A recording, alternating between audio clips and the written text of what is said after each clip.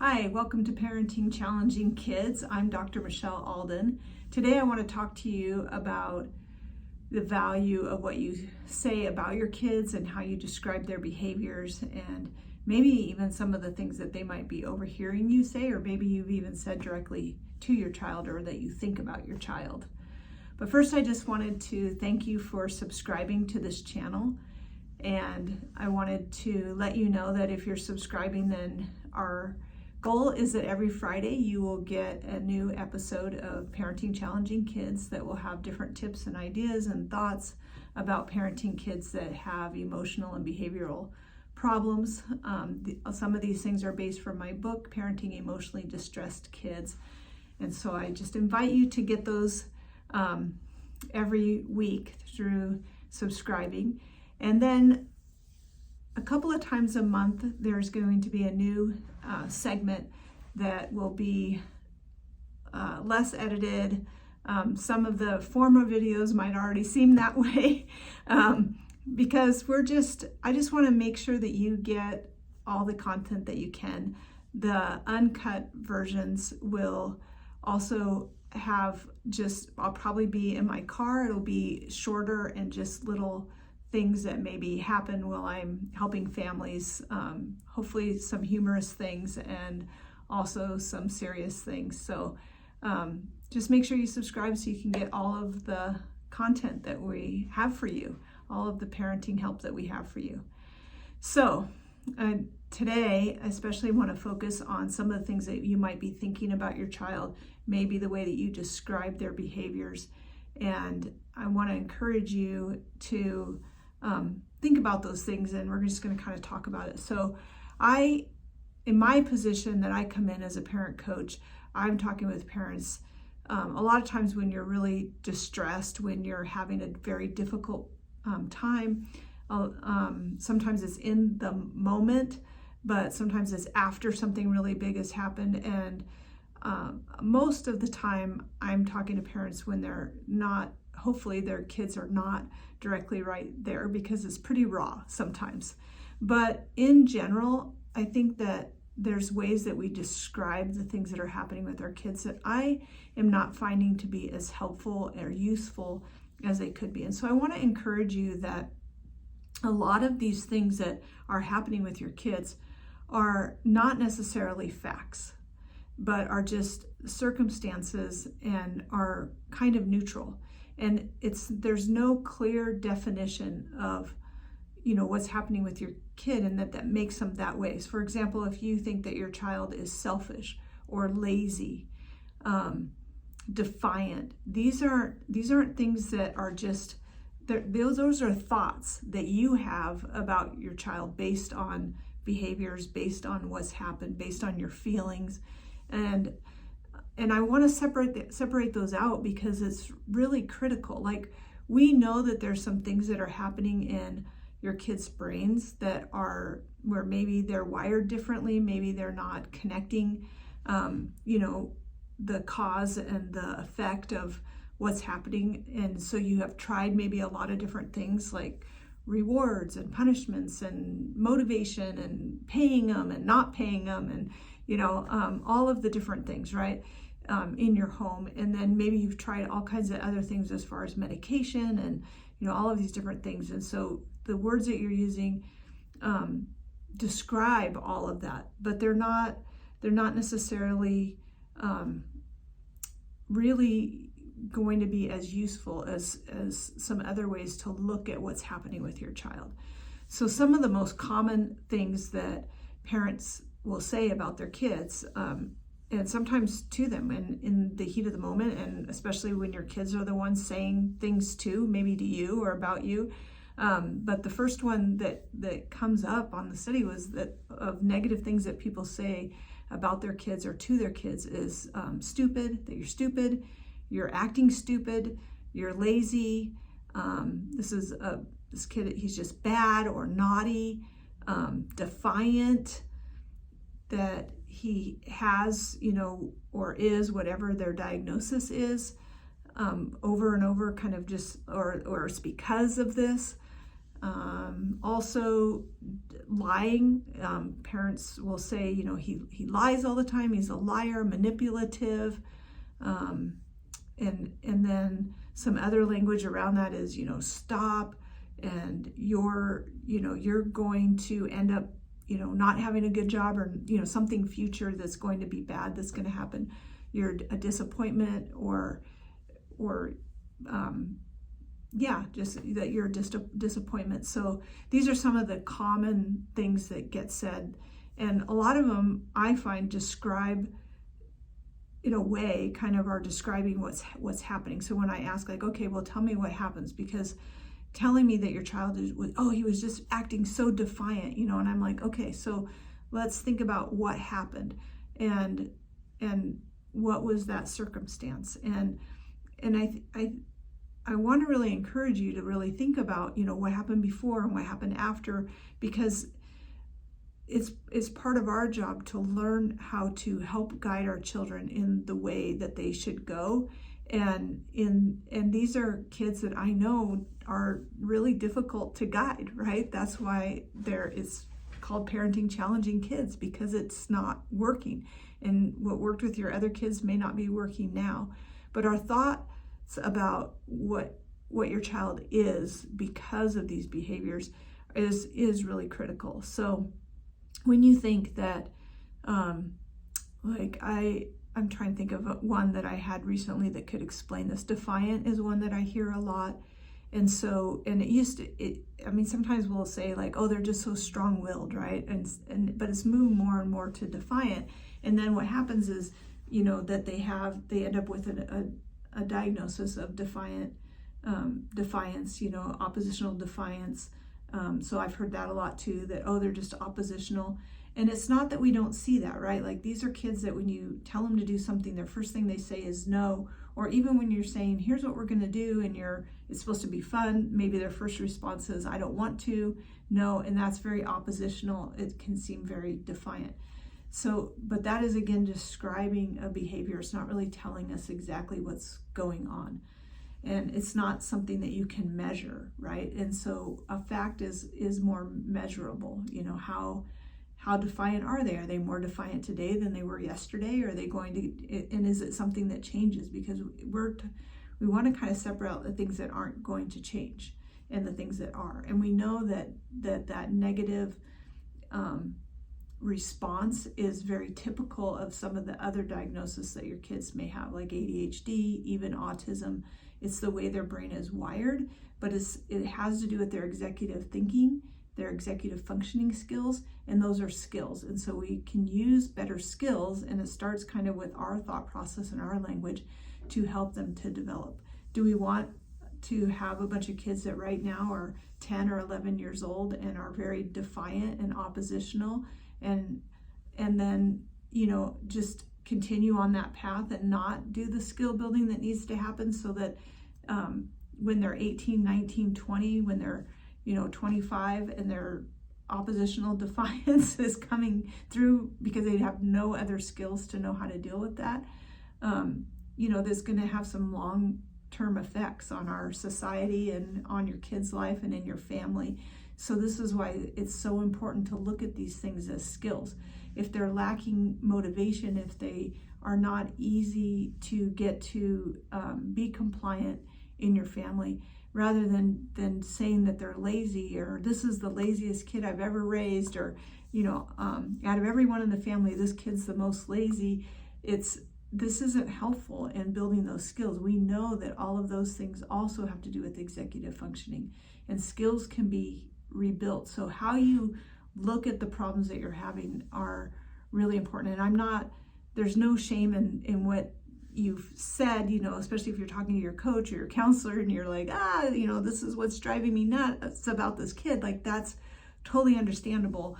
But I find myself more and more asking parents, like, is that going to be a helpful thought? Thinking that your child is just selfish, self-centered, attention-seeking, is that helping you to move them to better skills?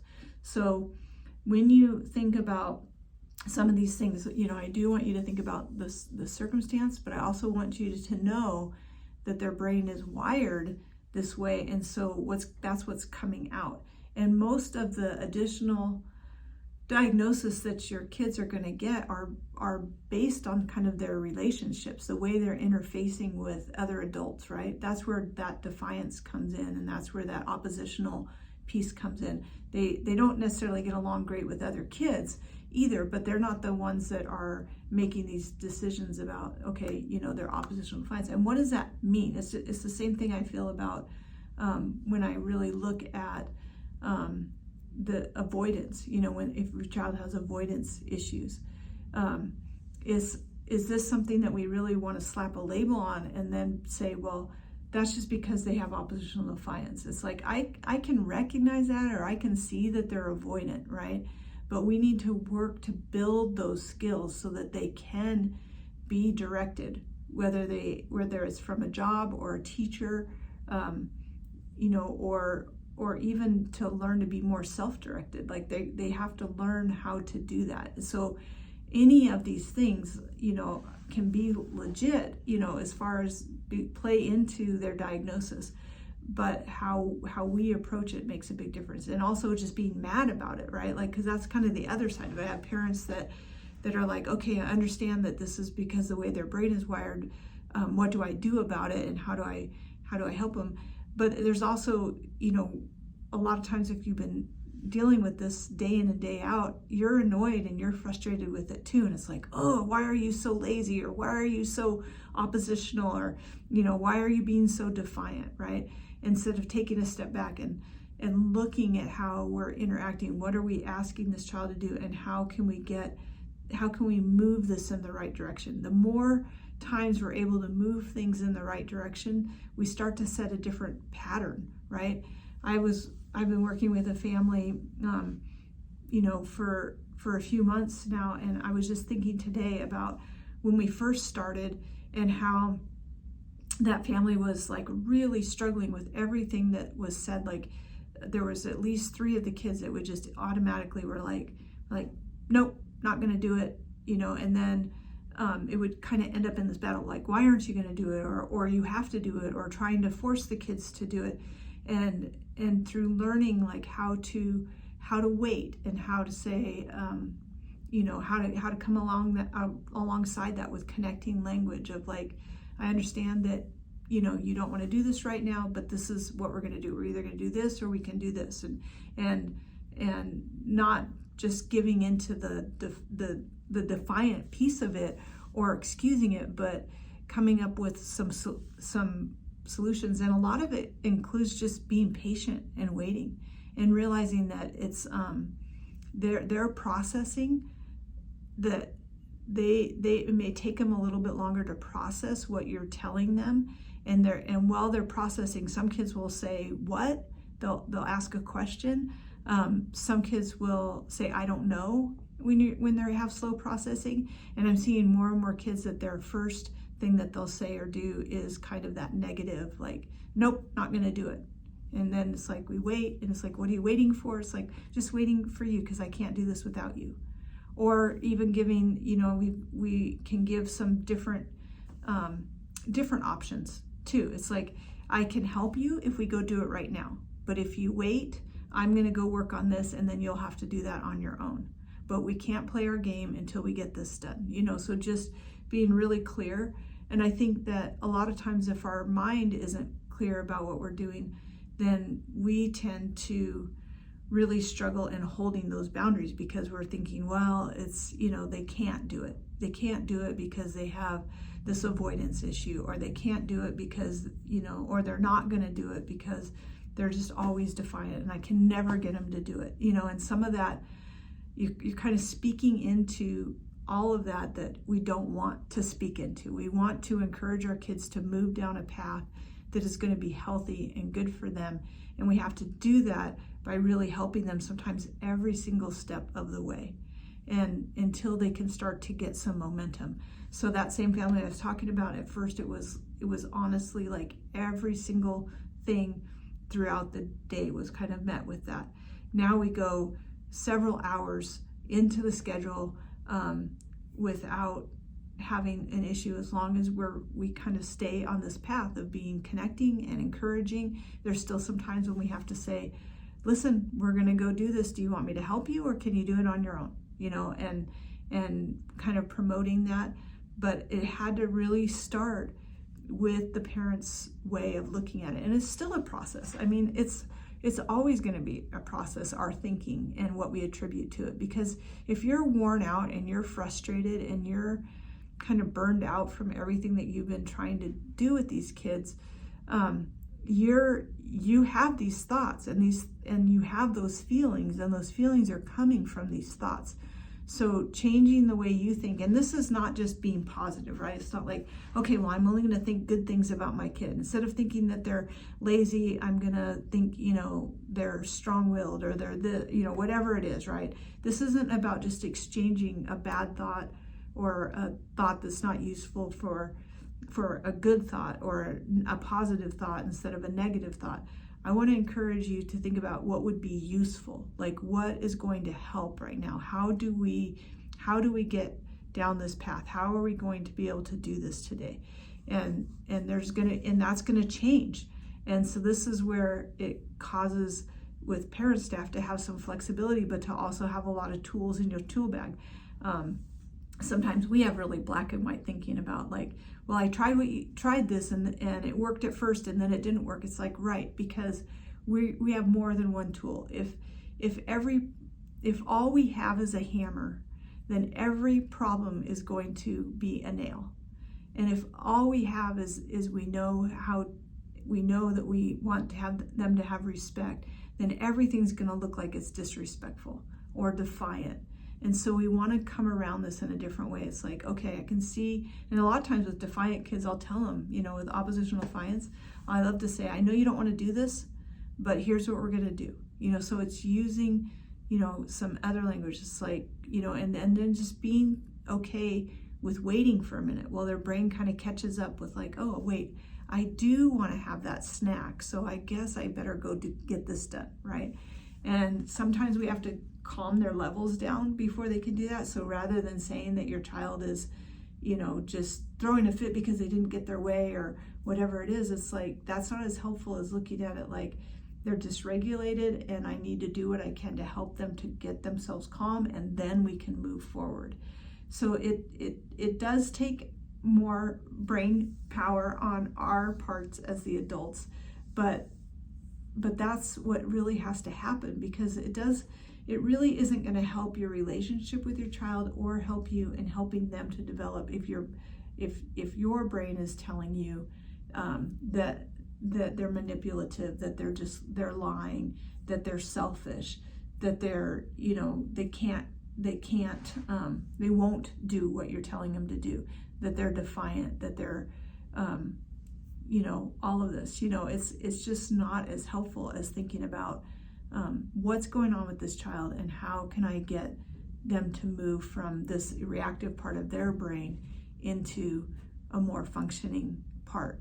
And it really does take you having to use your responses and the functioning part of your brain. And I know it's not easy. So I can say all of this, but this is work that we have to do individually. We have to control our thoughts, and we have to really think about how those thoughts are affecting our feelings and how they're affecting our interactions. And this is true in all of our relationships, but especially true in our families, right? Like somebody does something and we have a thought about it, and we have to really look at separating that out, and if that thought is useful. And again, it's not just, I'm just going to only think, about butterflies and rainbows and unicorns when your kid is having a complete meltdown on the kitchen floor. This is about, how do I help this child to move through this so that we can turn it around and have a better day? These are just so much more useful energy for our brain, and our brain wants to come up with something, and so this is to help your brain to calm down and be able to think of, like, okay, what can I do to help, instead of just throwing our hands up and saying, well, this is just part of their diagnosis and I just have to live with this, and it's never going to get better. It is going to get better. It's going to take some intentional work, and it's going to be hard. So in order to do that, I just want to encourage you that you can listen to these videos, and there's a lot of them with a lot of different ideas like this. But if you're really struggling day to day and you can't seem to get a hold of any of these changes, I really, want to encourage you to talk to me personally. Like, I can coach you through these different situations and we can see where to go from there. So please, you can schedule a coaching call at parentingchallengingkids.com, and it's free, and you get 30 minutes to talk about, like, hey, but I do actually have a really defiant kid, like, or I really, what would you do about this? Like, bring those challenges to me and we can talk about them, but also we can talk about the day-to-day challenges, because if you're dealing with this stuff, if you're having those thoughts every day about how hard it is because your kid is a liar or manipulating you or selfish or defiant or all of these things, or they actually have these diagnoses of oppositional defiance or even severe ADHD, all of the stuff, or maybe you're just tired of the battles every single day. I mean, it's so exhausting emotionally to have to be somebody else's executive functioning. You need a parent coach in your corner. You need someone that's going to encourage you to know what to do, because I really think the best place for your kids to overcome and to learn these skills and to get on the right path, it comes from you as the parent, and it's going to come from you in your home. Like, this is the place where they really need to learn it.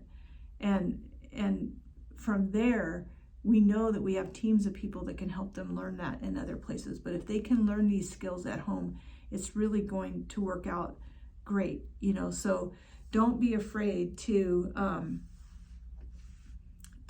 make that phone call and to do that. Otherwise, I just want to encourage you to continue to listen to the different videos, watch the videos, listen to what you can. You can get the book, Parenting Emotionally Distressed Kids, on Amazon or wherever you get books from, and you can learn. You just be a learner of what's going on with your kids and keep practicing all of these different things. It takes a lot of practice to change our interactions and our language, and we can't expect our kids to do it. I talk to parents a lot of times that are like so sad that their kids have low self-esteem or say bad things about themselves, because our kids that have this stuff going on in their brains, they don't process in a way that's helpful, right? Instead of when they make a mistake, it's like, oh, I'm so stupid, right? And that is so different than a kid that can make a mistake and say, I made a mistake, but I know how to fix it, right? And so we can't expect our kids to do that until we can first know how to do that for ourselves. And it doesn't have to be perfect. You're gonna mess up, you're gonna be frustrated, you're gonna make mistakes. But again, have a parent coach, talk to me, I'm here for you, and you can start turning things around in your mind and in your relationship with your child. And it's amazing what that does for your family and what that's going to do for your kids. That's all I have for you today. I look forward to hearing from you. Remember to subscribe, put any comments in the comment section, and I will talk to you again.